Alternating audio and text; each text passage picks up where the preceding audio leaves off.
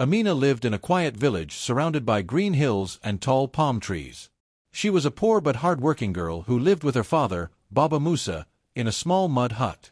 Her mother had died many years ago, so Amina took care of everything at home, fetching water, cooking, and selling eggs at the market. Every morning, before the sun came out, she walked to the stream with her clay pot on her head, singing softly to herself. The sound of her voice often made the birds join in her song. Even though life was hard, Amina always smiled. She believed that good things come to those who stay kind. Her father, Baba Musa, owned only one skinny hen. Every day, the hen laid small white eggs that Amina sold in the village market. With the little money they made, they bought salt and cassava flour. It wasn't much, but it was enough to survive. One night, after a long day at the market, Amina had a strange dream. In her dream, a beautiful golden hen appeared. Its feathers shone like sunlight, and its voice was gentle and warm. "Amina," the hen said, "tomorrow, when you go to the stream, do not take your usual path. Follow the way beside the old mango tree. There you will find something that will change your life forever." When Amina woke up, her heart was beating fast. "What a strange dream," she whispered. "A golden hen that talks." She thought about it all morning. Later, she told her father about it, but he laughed kindly. "Dreams are only stories our minds tell us when we sleep," Baba Musa said.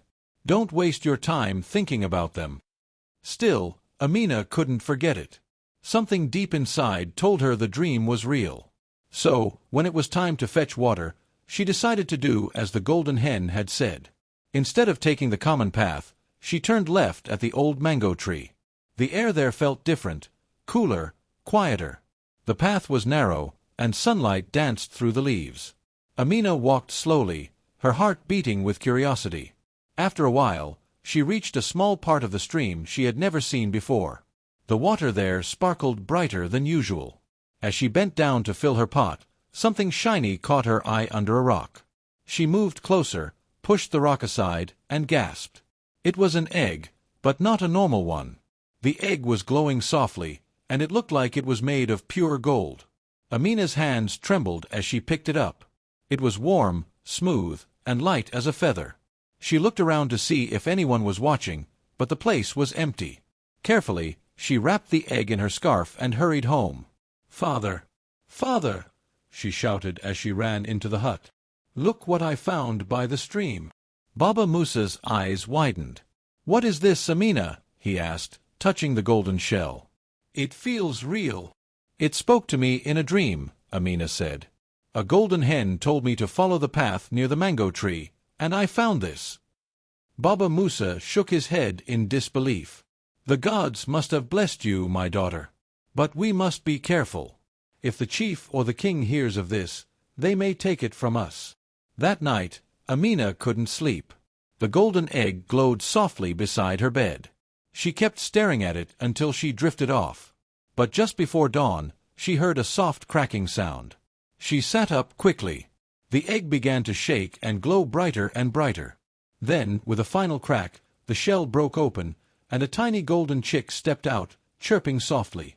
Amina's mouth fell open in surprise. The chick's feathers shone like the morning sun. It looked around and then hopped into her hands as if it already knew her. "Father, come quickly!" she shouted.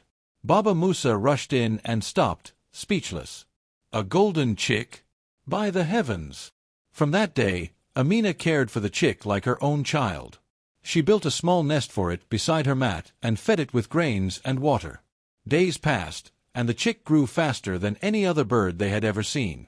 Within a week, it became a full-grown golden hen, shining and beautiful. Then one morning, when Amina went to feed it, she found something amazing. The golden hen had laid another golden egg. "Father, look!" Amina cried. "It laid another one." Baba Musa's eyes filled with tears of joy. "Amina, we are rich. This is a miracle." They sold the egg to a rich merchant from a nearby town. With the money, Baba Musa bought new clothes, good food, and better tools for his farm. Life began to change. For the first time in many years, they slept with full stomachs. But Amina didn't forget how the golden hen had first spoken to her. She still remembered the warm, kind voice from her dream. Every night, before she slept, she whispered, "Thank you for your gift." However, one evening, as the sun was setting, the golden hen suddenly looked up from where it was pecking and spoke again. Its voice was gentle but serious. "Amina, remember my warning. Never let greed enter your heart, or you will lose everything." Amina froze. The hen's eyes glowed for a moment, then it turned away as if nothing had happened. She ran to tell her father, but he laughed. "A talking hen again? You must be tired, my child. Get some rest." But Amina knew what she had heard. Deep in her heart, she felt the warning was real. She didn't yet understand what it meant, but she soon would. Amina woke up early the next morning, still thinking about what the golden hen had said. "Never let greed enter your heart." The words echoed in her mind. She didn't fully understand them, but she felt they were important. When she stepped outside, she saw the golden hen pecking the ground quietly. The morning sun made its feathers glow like fire. Beside the hen lay another shining golden egg. Amina smiled with joy. "Another one," she said, lifting it carefully. Her father, Baba Musa, came running when he heard her voice. "That's the third golden egg this week," he said, amazed. "We are truly blessed." Amina nodded, but she reminded him softly, "Father, the hen told me to be careful. We must not be greedy." Baba Musa laughed and waved his hand. "My dear child, how can it be greed to enjoy the blessings we have worked for? The gods sent this hen to us because we have suffered enough." Amina stayed silent, though her heart still felt uneasy. Soon, the news began to spread. At first, only their neighbor, Mama Titi, noticed something strange. She saw Amina wearing a new wrapper and her father buying plenty of food from the market. "Amina," Mama Titi said one day, smiling slyly, "your father's farm hasn't changed, yet you two are eating like chiefs. Tell me, what is your secret?" Amina smiled politely. "We are only working hard, Mama," she said softly. But Mama Titi didn't believe her. That evening, she went around the village whispering to others, "Something strange is happening in Baba Musa's house. They are suddenly rich. I think the girl has found something powerful." By the next week, almost everyone in the village had heard the story. Some said Amina had found buried treasure. Others said she had been blessed by a spirit from the river. Then one day, Chief Oloran, the village leader, sent for Baba Musa. 2 guards came to their house and said, "The chief wishes to see you. Come at once." Baba Musa grew nervous. "Oh no," he whispered. "The chief must have heard about the golden eggs." Amina held his hand. "Don't be afraid, father. Just tell him the truth. Maybe he will understand." When they arrived at the chief's palace, the air was thick with the smell of incense and palm wine. Chief Oloran sat on a carved wooden chair, surrounded by his advisors. He was a big man with sharp eyes that missed nothing.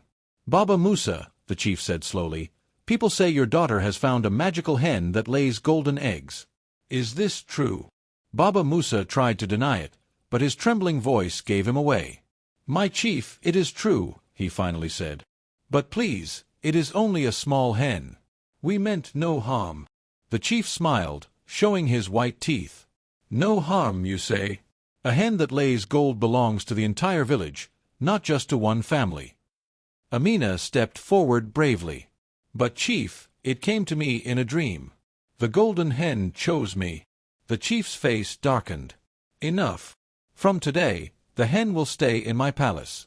I will take care of it for the good of the people." Amina's heart broke.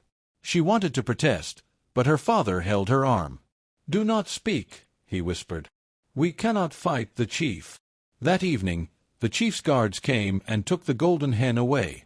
Amina cried as they carried it off in a basket. "Please," she begged, "take good care of her. She is special." The guards didn't reply. At the palace, Chief Oloran placed the hen in a golden cage and ordered his servants to feed it with the best grains. The next morning, when he went to check, he found a golden egg shining inside the cage. He laughed loudly. "Ha ha ha! The stories were true," he shouted. "Now I will be the richest man in the land." Every day, the hen laid a new golden egg. The chief sold them secretly to traders from faraway towns. Soon, he built a bigger house, bought new clothes, and began to throw grand feasts for himself. But even with all his wealth, he was not satisfied. He became greedy. One night, he said to himself, "If this hen lays 1 golden egg a day, then there must be many more inside her. Why should I wait?" So, he took a knife and whispered, "I will open her up and take all the gold at once." He killed the hen, and when he opened her, he found nothing inside. No gold. No magic. Only silence. Chief O'Loran screamed in anger. "No, no. What have I done?" But it was too late. The golden hen was gone forever. The next morning, a messenger ran through the village shouting, "The chief's golden hen is dead." When Amina heard the news, she sat quietly for a long time. Then she said softly, "The hen warned me about greed.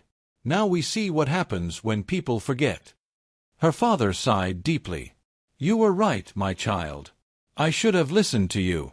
We have lost our blessing." But Amina shook her head. "Maybe not, father. Sometimes, when one blessing ends, another begins." That night, Amina went to the spot near the stream where she had found the first golden egg. She knelt down and prayed, "Golden hen, wherever you are, thank you for teaching me that greed destroys even the best gifts." As she stood to leave, a small light began to glow in the water. She stepped closer and saw a single feather floating, golden, shining, and warm. She picked it up, and a soft voice whispered in the wind, "Amina, your kindness has been seen. Keep this feather, and it will bring you peace and happiness." Amina smiled through her tears. She knew the golden hen's spirit was still with her. She returned home and placed the feather inside a small wooden box. From that day, her family lived simply but peacefully. They had enough food, enough joy, and a heart free from greed. Many months passed after the death of the golden hen. Life in the village slowly returned to normal, but something had changed. The people had learned from what happened to Chief O'Loran. They spoke about it often. "The chief had everything," one old woman would say, "but his greed destroyed him." "Indeed," another would reply, "and the poor girl Amina showed more wisdom than our leaders." Amina and her father no longer lived in fear or want. Though the golden hen was gone, the small golden feather she had found by the stream seemed to bring quiet blessings. Their crops grew better. Their little hen started laying more eggs. And somehow, whatever they sold always brought just enough money to keep them happy. Amina kept the feather safely in a small wooden box beside her bed. Every night, before she went to sleep, she whispered, "Thank you, golden hen, for teaching me to stay humble." One evening, while Amina was preparing dinner, a knock sounded at the door. She opened it and found an old traveler standing outside. He was dressed in a torn brown robe, and his sandals were dusty from a long journey. "Good evening, child," he said softly. "I am tired and hungry. Could you spare a little food and water for an old man?" Without hesitation, Amina smiled. "Of course, sir. Please come in." She gave him a seat by the fire, offered him warm yam porridge, and poured him cool water from the pot. The man ate slowly, nodding with gratitude. "You have a kind heart," he said after finishing the meal. "Not many would share their food with a stranger." Amina smiled shyly. "My mother taught me that kindness never runs out," she said. The old man looked at her with twinkling eyes. "And your mother taught you well. Tell me, child, how did you come to live in this little house alone with your father?" Amina told him everything, from her life of poverty, to the dream of the golden hen, to the finding of the golden egg, and finally the loss of the hen after the chief's greed. She even showed him the small golden feather resting in its box. When she finished, the old man was silent for a long moment. Then he said, "Amina, do you know who the golden hen truly was?" Amina frowned slightly. "No, sir. She never told me. She only warned me not to let greed enter my heart." The old man smiled. The golden hen was not just any bird.